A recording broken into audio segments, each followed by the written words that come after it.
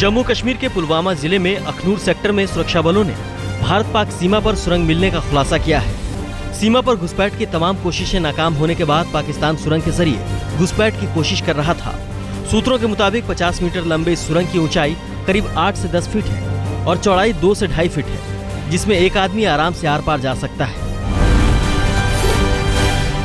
बीती रात फिर पाकिस्तान ने सीमा पर सीज फायर का उल्लंघन किया। जम्मू कश्मीर के आरएसपुरा सेक्टर में पाक की तरफ से बीएसएफ के पोस्ट पर गोले दागे गए। गुरुवार रात पाक रेंजरों ने भी बीएसएफ पोस्ट के अलावा सरहद के पास के घरों को भी निशाना बनाया। पाक की कारस्तानी को देखते हुए सरहद के आसपास के बाशिंदों को सुरक्षित ठिकानों पर पहुंचाया जा रहा है। पटना सीरियल ब्लास्ट और रांची में दर्जनों आईईडी बरामद होने के केस में चार्जशीट दाखिल हो गई है। एनआईए ने पटना की विशेष अदालत में चार्जशीट दाखिल की, जिसमें एनआईए ने सिमी के झारखंड इंचार्ज हैदर अली को पटना में धमाके का मास्टरमाइंड बताया। हैदर के निशाने पर नरेंद्र मोदी थे। पटना में पिछले साल 27 अक्टूबर को नरेंद्र मोदी की हुंकार रैली थी, जिसमें सिलसिलेवार धमाके और धमाकों में 6 लोगों की मौत हुई थी और 89 लोग घायल हो गए थे। रक्षा मंत्री अरुण जेटली आज विशाखापट्टनम में देश को सौंपेंगे पूरी तरह स्वदेशी युद्धपोत आईएनएस कामोर्ता। पनडुब्बी रोधी ये युद्धपोत पूर्वी समुद्र क्षेत्र में नौसेना की ताकत बढ़ाएगा। बीजेपी अध्यक्ष अमित शाह वृंदावन में आज उत्तर प्रदेश बीजेपी की 2 दिवसीय कार्य समिति की शुरुआत करेंगे। लोकसभा में फतह के बाद बीजेपी का मिशन है 4 राज्यों के विधानसभा चुनाव।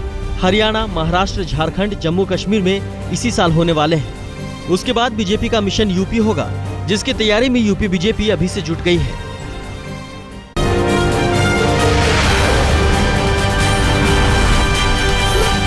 असम हिंसा पर काबू के लिए मुख्यमंत्री तरुण गोगोई ने शुक्रवार को अलग अलग संगठनों से मुलाकात की और नागालैंड से लगने वाली राज्य की सीमा पर कारगर हल ढूंढने की कोशिश की।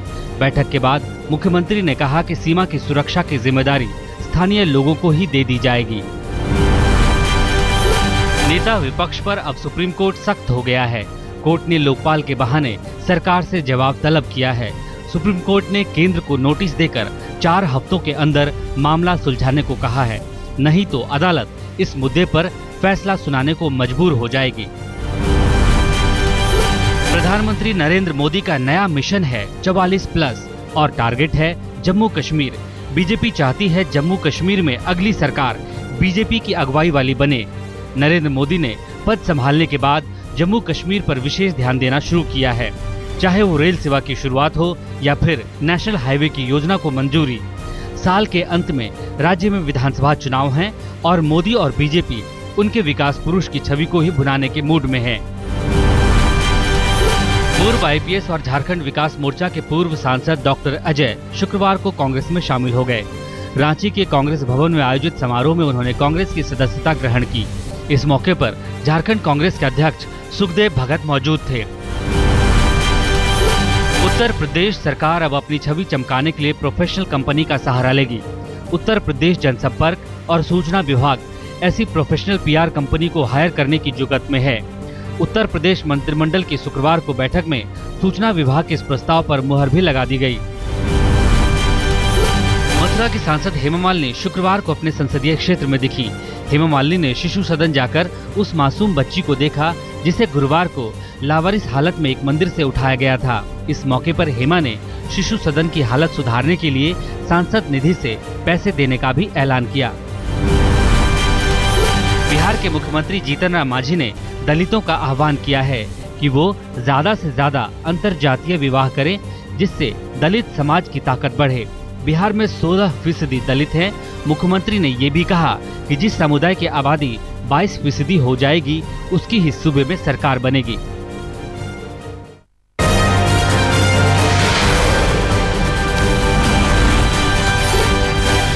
मध्य प्रदेश के ग्वालियर में सिंधिया स्कूल के एक 9वीं के एक छात्र ने खुदकुशी की कोशिश की। छात्र बिहार के एक मंत्री का बेटा है। हालांकि घर वालों का कहना है कि उसकी यह हालत रैगिंग और मारपीट की वजह से हुई है, लेकिन स्कूल प्रशासन इसे खुदकुशी का मामला बता रहा है।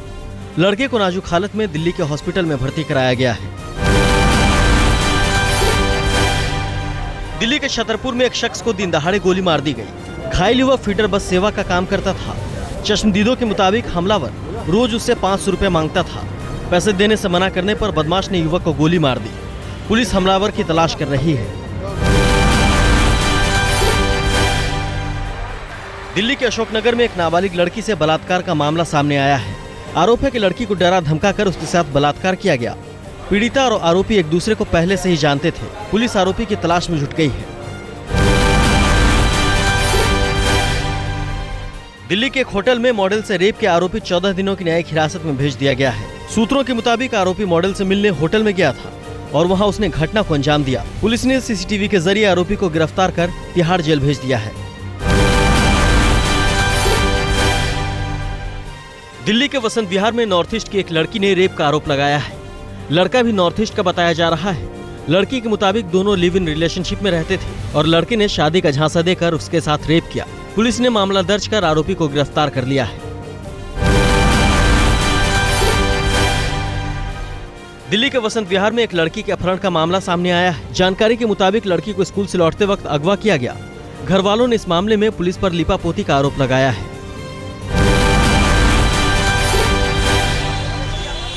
दिल्ली में 15 बाल मजदूरों को आजाद कराया गया है। पुलिस ने आजाद मार्केट और सदर बाजार से 15 बच्चों को मुक्त कराया। पुलिस ने इस मामले में 2 फैक्ट्री मालिकों को भी गिरफ्तार किया है। इससे पहले गुरुवार को भी करोलबाग इलाके से 22 बच्चों को छुड़ाया गया था।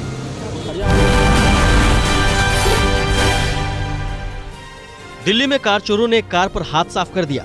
चोरों की यह करतूत सीसीटीवी में कैद हो गई। पुलिस फुटेज की मदद से चोरों की तलाश कर रही है।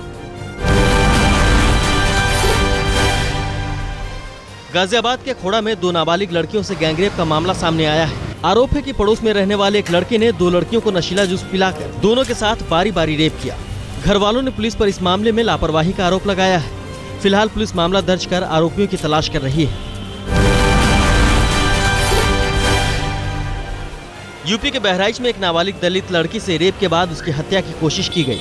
जानकारी के मुताबिक पीड़िता घटना के वक्त पिता को खेत पर खाना पहुंचाकर लौट रही थी। लड़की की हालत गंभीर बनी हुई है। पुलिस मामले की तफ्तीश कर रही है। बेंगलोर में एक 13 साल के लड़की की बेरहमी से पिटाई की गई। बताया जाता है कि लड़का गवर्नमेंट बॉयज होम में रहता है और बाथरूम साफ नहीं करने पर बॉयज होम के वार्डन ने जमकर उसकी धुनाई कर दी। घायल लड़का अस्पताल में भर्ती है।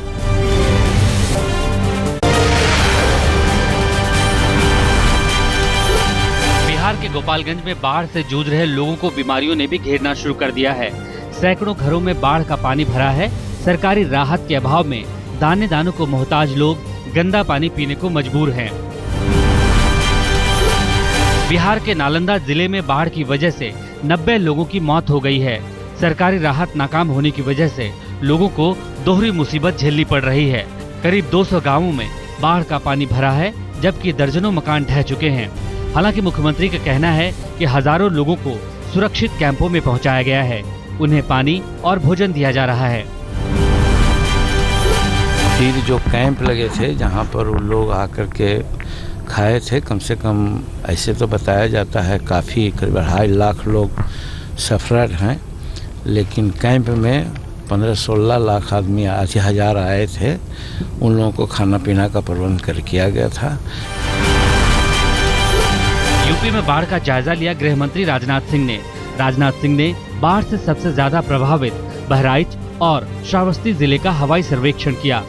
बहराइच में बाढ़ से जूझ रहे लोगों को हेलीकॉप्टर से राहत पहुंचाई जा रही है, जबकि स्वयंसेवी संस्थाओं ने भी बाढ़ पीड़ितों को राहत पहुंचाने के काम में बढ़ चढ़कर हिस्सा लेना शुरू कर दिया है। दोनों जिलों में अब तक बाढ़ से 43 मौत हो चुकी है। गोंडा में बाढ़ का कहर तो घटने लगा है, लेकिन गांव में पानी अभी भी भरा है। अब भी लोगों को आने जाने के लिए नावों का सहारा लेना पड़ रहा है। सरकारी राहत की उम्मीद छोड़ चुके गांव वाले अब अपनी मदद खुद कर रहे हैं। पानी उतरने के साथ ही लोगों में सबसे ज्यादा दहशत जहरीले सांपों का है। मेरठ में मनचलों की पिटाई करने वाली महिला ममता को यूपी सरकार ने 1 लाख रुपए के वीरता इनाम से नवाजा है। साथ ही सुरक्षा के लिए 2 सिपाहियों की तैनाती घर पर कर दी है। महिला ने चंद दिनों पहले बहादुरी दिखाते हुए सड़क पर बदमाशों की पिटाई की थी। डीडीए ने ऐलान किया है कि 1 सितंबर से फ्लैटों के फॉर्म मिलने शुरू हो जाएंगे, वो भी 1-2 नहीं, पूरे 25,000 फ्लैटों के लिए। शुक्रवार को डीडीए के अधिकारियों ने योजना का लेखा जोखा पेश किया। इस योजना के तहत दिल्ली के अलग अलग इलाकों में करीब 25,000 मकान बनाए जाएंगे। इन मकानों के लिए देश का कोई भी नागरिक फॉर्म भर सकता है। फॉर्म 1 सितंबर से 9 अक्टूबर तक भरे जा सकेंगे। 1 सितंबर से 9 अक्टूबर के बीच में ये हमारी स्कीम जो है वो रहेगी और 25,034 फाइनली फिगर जो है अब हमारी तय हुई है जो इस स्कीम के अंदर कवर्ड होंगे। दिल्ली में लड़कियों की संख्या में इजाफा हुआ है। दिल्ली सरकार ने शुक्रवार को जो आंकड़े जारी किए उसके मुताबिक न सिर्फ लड़कियों की संख्या बेहतर हुई है बल्कि शिशु मृत्यु दर में भी गिरावट आई है। सरकारी आंकड़ों के मुताबिक साल 2013 में लड़कियों की संख्या 895 हो गई है, जबकि साल 2012 में इनकी संख्या सिर्फ 886 थी। दिल्ली के उपराज्यपाल ने यमुना को अगले 3 साल में साफ करने का यकीन दिलाया है। यमुना सफाई को लेकर दिल्ली सरकार पॉलिसी में बदलाव भी करेगी। दरअसल दिल्ली के एलजी नजीब जंग ने यमुना की साफ सफाई कैसे हो इस पर तमाम विभागों की बैठक बुलाई। दिल्ली के तिहाड़ जेल में कैदियों के मनोरंजन के लिए गीत संगीत कार्यक्रम का आयोजन किया जाता है, लेकिन शनिवार को मौका था म्यूजिक एल्बम लॉन्च का, जिसमें बॉलीवुड एक्ट्रेस कशिश खान ने शिरकत की और गीत संगीत का भी आयोजन हुआ, जिसका कैदियों ने जमकर लुत्फ उठाया। महिलाओं को जागरूक करने के लिए इंडिया टुडे ग्रुप ने खास अभियान शुरू किया है। नाम है मैं हूँ शक्ति। पूरे देश में शुरू हो रहा एक ऐसा अभियान जो महिलाओं को अपने हित और अधिकार की रक्षा के लिए तैयार करेगा। इंडिया टुडे ग्रुप अपने इस पहल के जरिए औरतों के प्रति समाज की मानसिकता बदलने की कोशिश करेगा। दिल्ली के वसंत वैली स्कूल में एक डिबेट आयोजित किया गया, जिसमें भारत के अलग अलग कोने से आए स्कूली बच्चों ने हिस्सा लिया। विषय था अनेकता में एकता।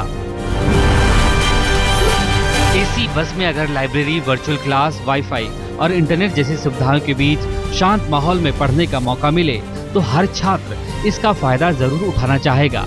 मुंबई यूनिवर्सिटी ने ऐसी ही आधुनिक सुविधाओं से युक्त एक लग्जरी बस चलाने का ऐलान किया है, जिसमें न सिर्फ वाईफाई होगी बल्कि एमयू में पढ़ाए जाने वाले कोर्सेज और लेक्चर्स की अपडेट जानकारी भी मिलेगी। इस आधुनिक बस को मोबाइल नॉलेज रिसोर्सेज सेंटर नाम दिया गया है।